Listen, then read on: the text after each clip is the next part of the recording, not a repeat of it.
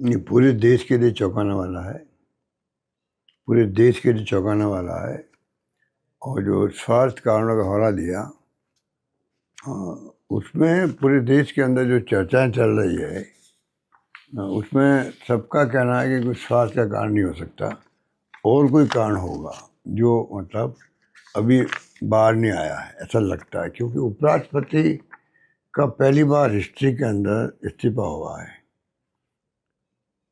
History में पहली बार कोई उपराष्ट्रपति इस्तीफा दिया। कई बार prime minister, president of India, इनके हार्ट का ऑपरेशन भी होता है, तब भी इस्तीफे नहीं होते हैं, बाईपास होते तब भी इस्तीफे नहीं होते हैं।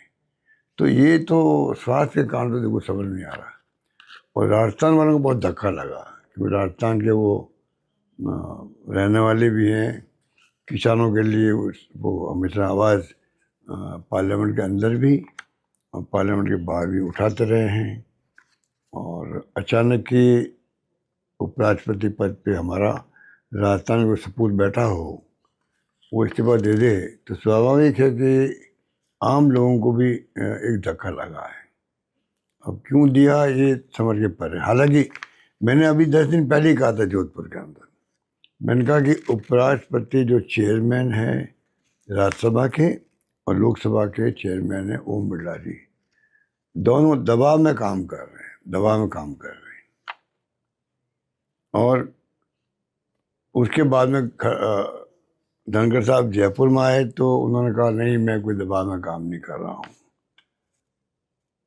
ये उन्होंने कहा था। कहना और बात है और हकीकत होना अलग बात है।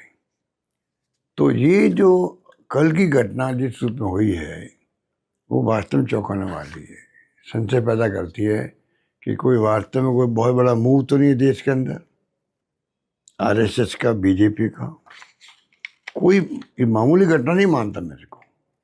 कोई ऐसा मूव तो नहीं है देश के लिए जो आरएसएस, बीजेपी छिपा रही हो। क्योंकि अचानक के लोगों को आश्चर्य हो रहा है। जनरल रमेश जी ने कहा कि किसमें वापस पुनर्विचार करना चाहिए, या प्रधानमंत्री जी को इनको वापस मनाना चाहिए इस्तीफा वापस लेने में।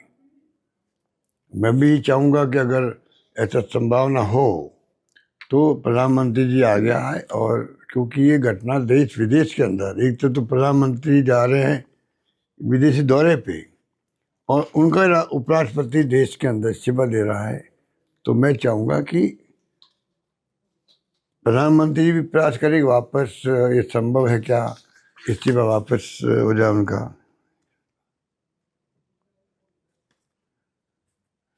तो ये जो स्थिति बनी, अभी खबरें आ रही है कि सरकार कोई फेयरवेल नहीं देगी। तो ये तमाम बातें जो है, ये चौंकाने वाले भी है, आश्चर्यचकित करने वाले भी है, दुखद भी है, और कई क्वेश्चन खड़ा करने वाले भी है।